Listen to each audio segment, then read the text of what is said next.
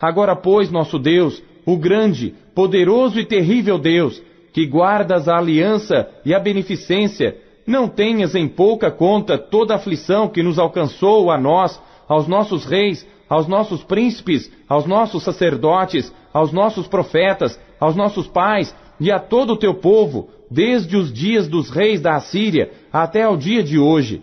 Porém, tu és justo em tudo quanto tem vindo sobre nós, porque tu tens agido fielmente e nós temos agido impiamente. Que o Senhor nos nossos corações aplique a porção da palavra lida.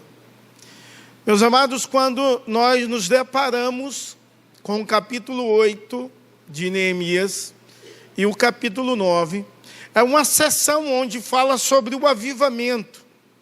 A primeira parte que eles se depararam com a palavra de Deus, e a segunda parte, nesse período inteiro, durou 24 dias, onde o povo de Deus buscaram o Senhor, se quebrantavam diante de Deus, adoravam o Senhor, bendizeram o Senhor e liam a palavra de Deus por horas. Nos versos que eu irei ministrar ao meu e ao seu coração, são versos onde está escrito parte de uma oração, porque parte nós vimos aí a última vez que eu preguei. A primeira parte da oração, ele vai engrandecer o nome de Deus, o povo todo, vai louvar a Deus pela escolha de Abraão, e eles continuam louvando, engrandecendo, bendizendo ao Senhor Deus Todo-Poderoso, ao Deus do impossível. E eles continuam essa oração, e essa oração é algo tão lindo e tão maravilhoso, que desde o verso 5 ao verso 38, ou seja, ao final, está escrita essa oração. Essa oração levanta a história de Israel. Essa oração dá ênfase ao povo escolhido, mas acima de tudo e sobretudo, ao Deus Todo-Poderoso que abençoa, que protege, que sustenta, que guarda, que livra, que ampara e que conduz de uma forma muito especial. A história do povo de Israel é narrada na descrição de Neemias. Vai começar desde a saída do Êxodo, a ideia do Monte Sinai, até Canaã. E eles vão descrever essa história de uma forma tão bela, onde demonstra o quanto Deus foi fiel, bondoso, como Deus guiou, cuidou, como o povo teve sede, Deus alimentou de forma muito especial. Essa história do povo de Israel se funde à nossa história, porque todos nós temos uma jornada de vida. Todos nós fomos libertos, não do Egito, mas do pecado. Todos nós, nessa jornada, estamos experimentando a graça de Deus, o Deus que provê alimento, o Deus que provê sustento, o Deus que provê água, o Deus que provê as nossas vestes, o Deus que cuida, o Deus que abençoa, o Deus fiel. A nossa história se funde a essa história. Mas a nossa história e a história do povo de Israel se funde a uma outra história, que é a história da redenção, ou a história da salvação. E essa é uma história mais ampla, mas a minha história é fundida a ela, e a sua história também. E nós vemos essa história bonita, a história da criação, como Deus criou o mundo, como Deus criou o universo, como Deus criou todas as coisas em 6 dias. Mas nós continuamos a história e vemos um momento ruim da história, a queda do homem. Como o homem foi enganado pela serpente, como o homem deixou de ouvir a voz de Deus e passou a ouvir a voz da serpente. E aí teve consciência de algo terrível. Mas nessa história chega a história de Jesus, o Deus Todo-Poderoso, o Deus fiel, o Deus do impossível, o Deus justo, o Deus verdadeiro, onde experimentamos nele a redenção. E um dia iremos experimentar a consumação. Eu falo sempre que essa história da salvação é a minha história e é a história de todas as pessoas. É a história basicamente de todos os filmes, de todas as canções. Essa é a história, a nossa história. Eu gosto de um filme que deixa isso bem claro, essa história da salvação de uma outra maneira. E eu até já citei ele aqui em um outro momento. Doutor Estranho, primeiro. Ele era um médico, o melhor, perfeito, humanamente falando. Tinha uma precisão imensa. E esse homem, assim, ele era bem sucedido na vida, porque ele atingiu um auge, até acontecer a queda, um acidente, que o deixou tremendo. Aí ele encontrou a redenção de forma errada, e começou a ter poderes e estabilidade. Essa é a história que todo mundo conta. A história da salvação. Só que o mundo tira Cristo dessa história. Como o povo de Israel, nos versos que nós lemos, muitas vezes abandonaram e viraram o rosto, as costas para Deus, desprezando Deus, desprezando a ação de Deus, desprezando o cuidado de Deus. E Deus, de forma graciosa, amorosa, sempre sai de encontro em direção do homem, oferecendo perdão, paz, transformação, mudança. E esse homem se rende, ou se volta ao Senhor Jesus, e continua a viver a jornada. Sabe, a nossa história, que funde com essa, tem muito a ver com a história do povo no deserto.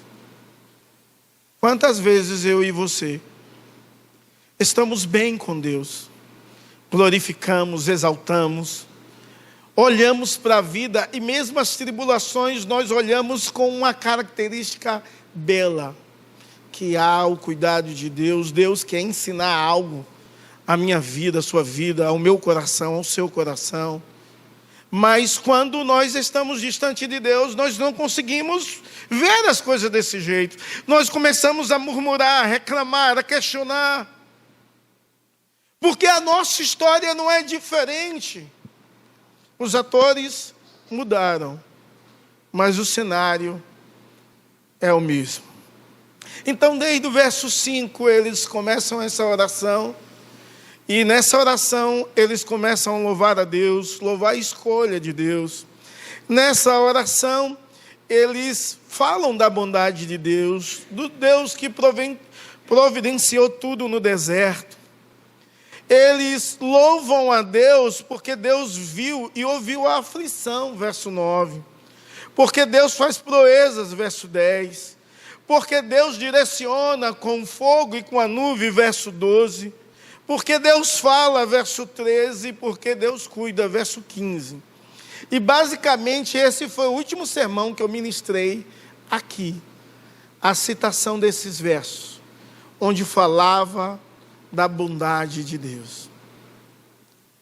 E qual foi a resposta do povo de Deus na sua história à bondade de Deus? Infelizmente, a resposta deles é uma resposta que algumas vezes se torna a nossa.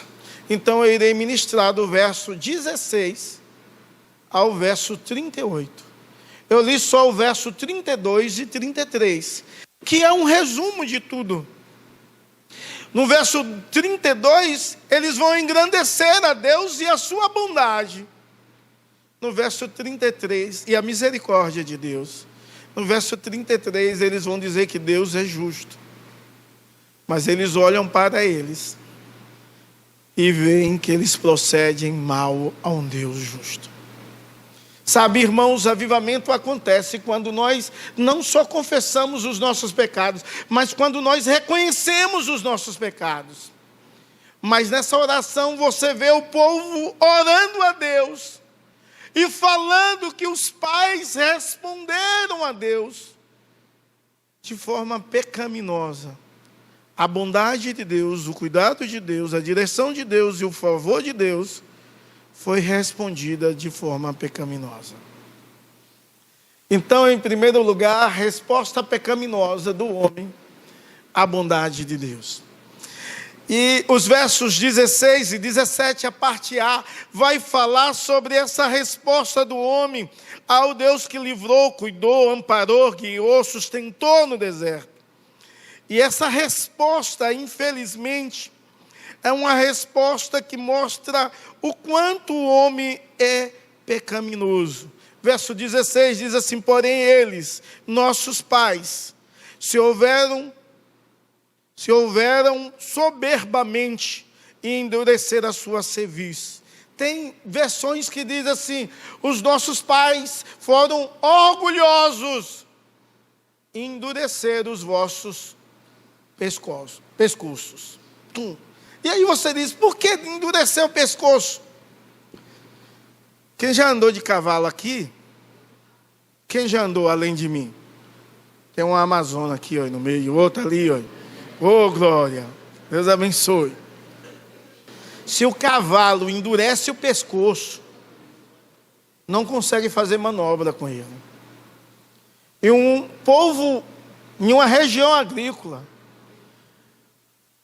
em uma oração, está dizendo assim: os nossos pais são orgulhosos e eles endureceram o pescoço.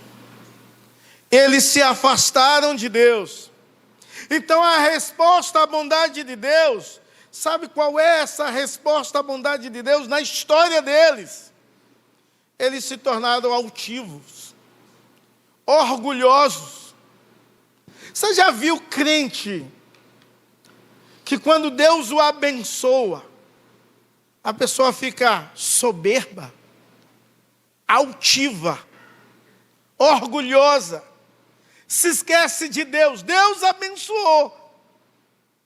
E a resposta à bondade de Deus é orgulho, é altivez. A pessoa ganha uma promoção e vai ganhar 5 vezes mais do que ganhava. E aí compra carro, compra um apartamento, começa a viajar. E a resposta à bondade de Deus é a altivez. Eu sou rico, não sou como os demais pecadores. Altivez. Pescoço fica duro. Porque há uma recusa em obedecer à lei do Senhor, os princípios de Deus. Agora a pessoa trilha o seu próprio rumo e acha que é Senhor da sua vida. Isso é tão comum na nossa história e na história do povo de Deus, porque nós esquecemos fácil a bondade de Deus. A ideia de altivo, de orgulhoso, é de soberbo. E todo alguém que é soberbo não expressa a humildade de Deus e o princípio de Deus. Eles também não deram ouvidos ao mandamento de Deus. Mas nessa oração eles estão reconhecendo que a história dos seus pais é uma história perversa, é uma história de pecado e é necessário o arrependimento. Qual é a sua história? Você já viu alguém dizer sobre maldição hereditária? Tem gente que fala sobre isso. E a base de falar sobre isso não é a palavra de Deus. A base disso é a repetição da história na vida dos filhos. Essa é a base. E algumas pessoas, de fato, repetem a história dos pais. Não que exista maldição hereditária, mas que de fato repete. Parecendo que há um ciclo vicioso, aonde está acontecendo de novo a mesma coisa. Com eles não eram diferentes. Mas eles entendem que os pais erraram. Os pais agiram de forma pecaminosa. E eles não precisavam agir assim. Porque diante da bondade de Deus, de um Deus que se revela na sua santa palavra, eles entendiam que eles podiam viver e viver para a glória de Deus. Qual é a sua história? Talvez a sua história se funde com essa história, mas você não pode e não precisa repetir os mesmos erros dos vossos pais. Por quê? Porque em Cristo você é nova criatura. Em Cristo nenhuma condenação, nenhuma maldição há sobre a sua vida. Em Cristo você é refeito, uma nova criatura, um novo ser que glorifica, exalta, enaltece, engrandece aquele que vive e reina pelos séculos dos séculos. Mas mesmo assim os homens respondendo à bondade de Deus de forma pecaminosa, Deus, Ele responde de forma graciosa ao povo rebelde. Ele responde de uma forma tão graciosa e magnífica. Quando você lê a palavra de Deus, do verso 17b, parte B, até o 21, você vê a resposta de Deus. 17, parte B, diz assim: porém tu, ó Deus, perdoador, clemente, misericordioso, tardio em irar-se, grande em bondade, tu não nos desamparastes. Que coisa linda! E ele vai continuar no verso 18, 19, 20 e 21, falando que apesar dos nossos pecados, apesar da nossa resposta à bondade de Deus, o favor de Deus, Deus responde ou continua respondendo de forma graciosa. Porque o nosso Deus estava pronto para perdoar aquele povo. Porque há perdão do nosso Deus para aquele povo.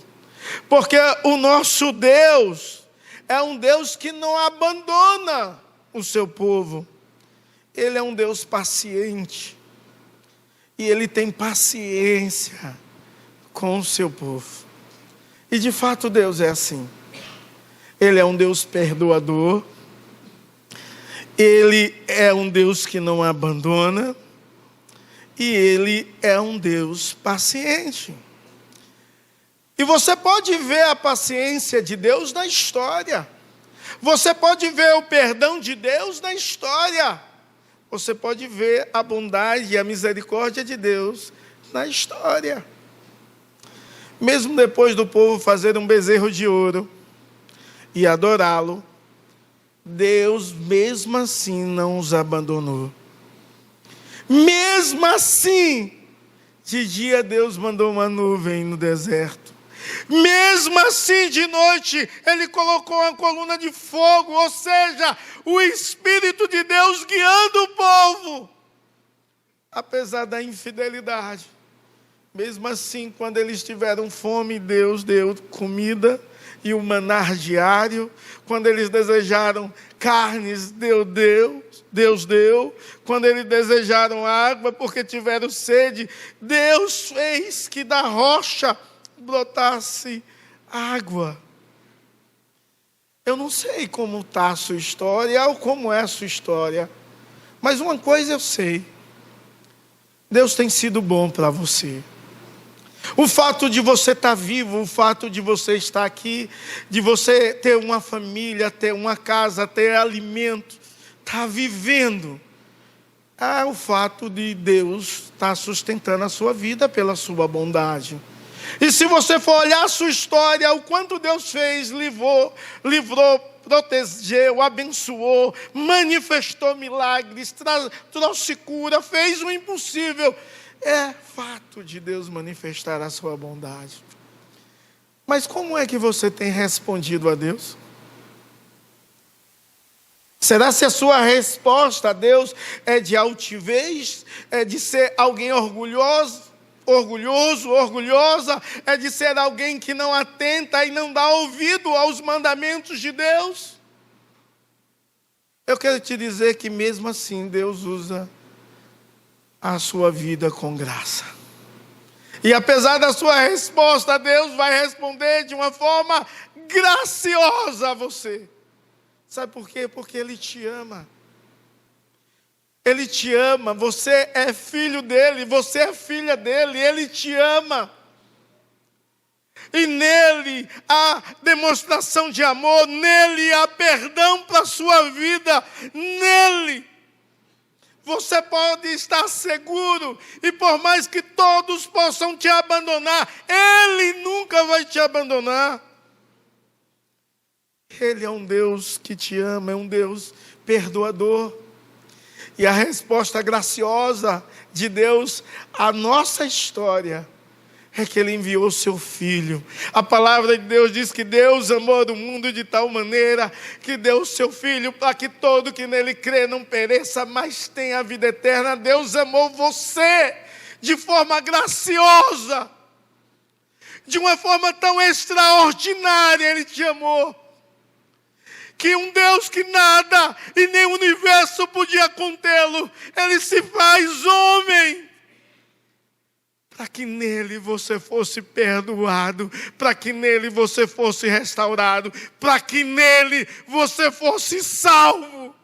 Deus responde a minha pecaminosidade, a sua pecaminosidade, de forma graciosa, enviando Jesus, para que nele você possa ter vida e vida em abundância.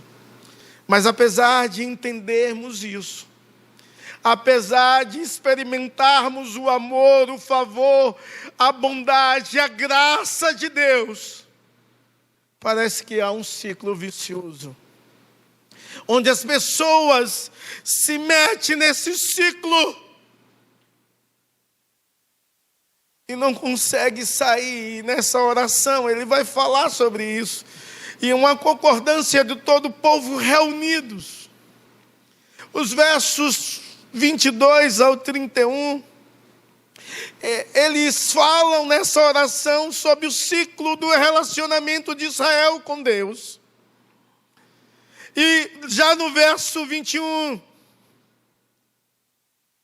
vai deste modo sustentaste 40 anos, verso 22, também lhe deste reinos e povos, e lhe repartisse. Vai contar aqui como Deus abençoou dando a terra prometida ao povo, como Deus abençoou derrubando reis, reinos e dando a posse ao seu povo, como Deus abençoou os seus filhos, versos 23, como os seus filhos tomaram posse de uma terra e colheram aonde não plantaram. Ou seja, a bênção de Deus estava ali, agindo de forma especial. Imagine, irmãos, um povo nômade que não tinha nada. Deus dá uma cidade completa. E a expressão é uma expressão, lá tinha cisterna, ou seja, água. Lá tinha plantações. Lá os seus filhos foram abençoados, os seus filhos foram prósperos, os seus filhos foram tremendamente honrados. Então, dos versos 22 ao 25, você vai ver Deus mostrando a sua bondade ao seu povo. Deus mostrando o quanto Ele é bom e fiel. Quando você entra no verso 26... você vê que o povo se rebela contra Deus, se afasta de Deus. Ainda no verso 26, você vê que o povo não está ouvindo a Deus. E o verso 27, Deus exerce o juízo sobre eles. Deus os entrega na mão dos opressores. O povo mais uma vez se volta para Deus e o ciclo continua. Essa história, Jesus não deseja que seja a minha história. Essa história, Jesus não deseja, quase que não sai essa palavra, que seja a sua história. Porque Cristo entrou na sua história. Porque Cristo entrou na sua vida. Você não precisa viver esse ciclo de relacionamento, ora bom com Deus e ora ruim com Deus, ora próximo de Deus e ora bem distante de Deus. Deus não deseja isso. Deus não deseja isso para ninguém, nem para você. Deus deseja que você viva de uma forma extraordinária, que você glorifique a Ele. E você vê essa história se repetindo desde o verso 28 ao 31. O mesmo ciclo. Essa não precisa ser a sua história, porque a sua história foi fundida com a história da salvação. Porque a sua história foi fundida com a história de Cristo. Então essa não deve ser a sua história. A sua história é essa. É essa que deve ser a sua história. É a história que mostra a ação de Deus agindo na sua vida e a transformação do Espírito Santo entrando em todo o seu ser, transformando completamente para louvor e glória. E esses homens que oravam e entendiam que a sua história não poderia ficar desse jeito. Então, eles fazem um pedido de intervenção de Deus.